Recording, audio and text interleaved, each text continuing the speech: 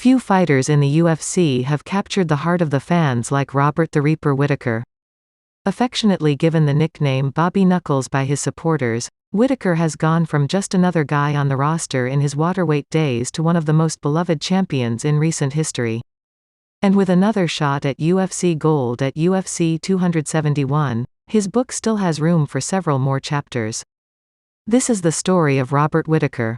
Born in Auckland, New Zealand in 1990, Robert John Whittaker was born into a household where his father was Australian, but had been born in Europe while his mother was of a Maori and Samoan background. At the age of 7, his father took him and his brother to a karate school where Whittaker would stay until he achieved his black belt. After 8 years, while the possibility of competing in rugby league was always there in Australia, Whittaker remained down the martial arts route and switched to the art of Hapkido training at the gym run by Henry Perez in southern Sydney. Whittaker's hand was forced into MMA when Perez decided to change the school into an MMA gym. Luckily for Bobby Knuckles, he fell in love with the sport and his training in karate and Hapkido had prepared him for this switch, so he decided to focus his attention here and leave rugby behind. Whittaker turned professional in 2009 and began fighting on the local Australian circuit. By the midpoint of 2012, he'd built a record of 9-2, only fighting once outside of Australia and winning all of his fights via finish. It was at this point that his coach Henry Perez would register him for the new season of The Ultimate Fighter. Building on the competitive rivalry in cricket between England and Australia, the latest season would see teams from each country go head-to-head under the coaching of Ross Pearson and George Stateropoulos. After winning his 2 fights on the show via first-round knockout, he advanced to the live finale where he beat Brad Scott via unanimous decision, becoming the welterweight winner. Whittaker's first 4 fights in the UFC after the tough finale were at 170 pounds, where he unfortunately had a rough start going 2-2 inside the octagon. While he earned to finish in his first fight and a unanimous decision win over Mike Rhodes, Whittaker was also beaten by Court McGee and TKO'd in the first round by a surging Stephen Wonderboy Thompson. Following his first 4 fights in the promotion, Whittaker decided to jump up to the middleweight division. The move instantly started to pay dividends for him as by the end of April 2016 he had gone 40 as a middleweight. During that stretch he secured 2 finishes over Clint Hester and Brad Tavares and 2 decision wins against Uriah Hall and Nadal. It was at this point that the Australian and New Zealand fans who would follow the Reaper would finally get their homecoming. In his first main event, Whittaker would welcome Derek Brunson to Melbourne with Brunson on a 5-0 win streak of his own, with some devastating finishes along the way. This was a good test for Whittaker at this point in his career.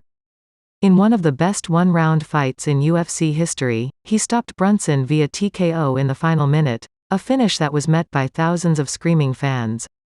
In April of 2017, the next big opportunity came his way, a fight with one of the most dangerous and legendary fighters in the division, Ronaldo "Jacker" Souza. A grappler of the very highest level, Jacker Souza was always 1 or 2 fights away from title contention due to his prestige, and Whittaker went into the fight looking to make a statement.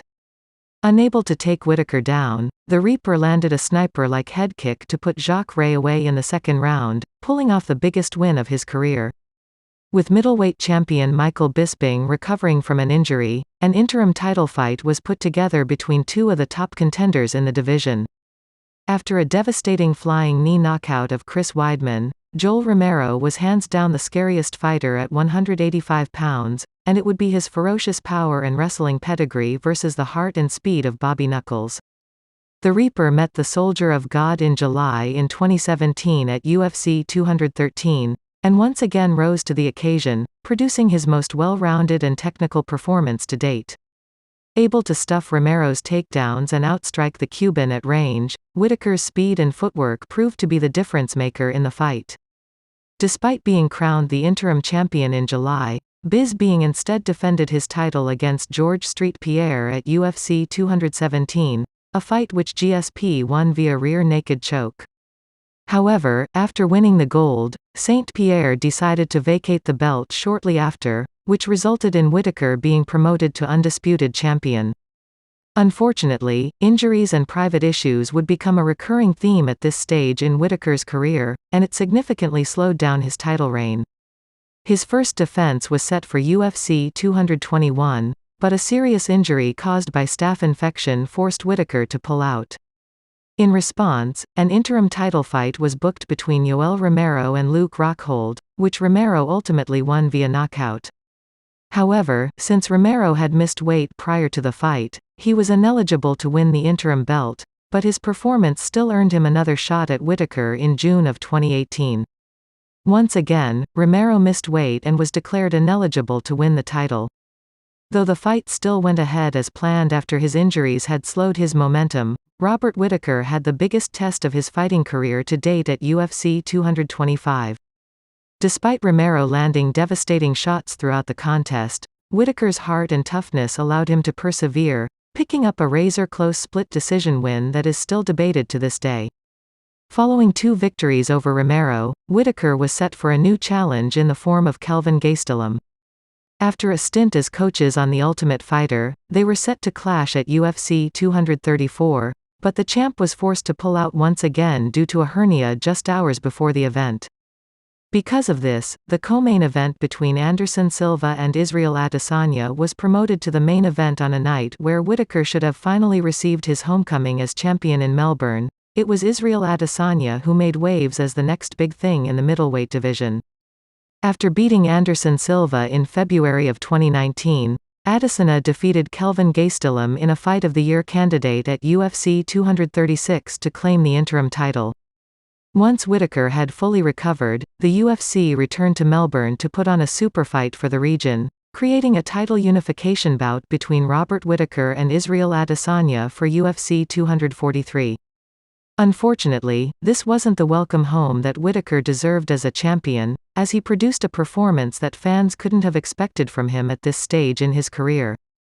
During the fight, Whittaker was outclassed in the striking exchanges by Adesanya and was ultimately finished via knockout in the second round.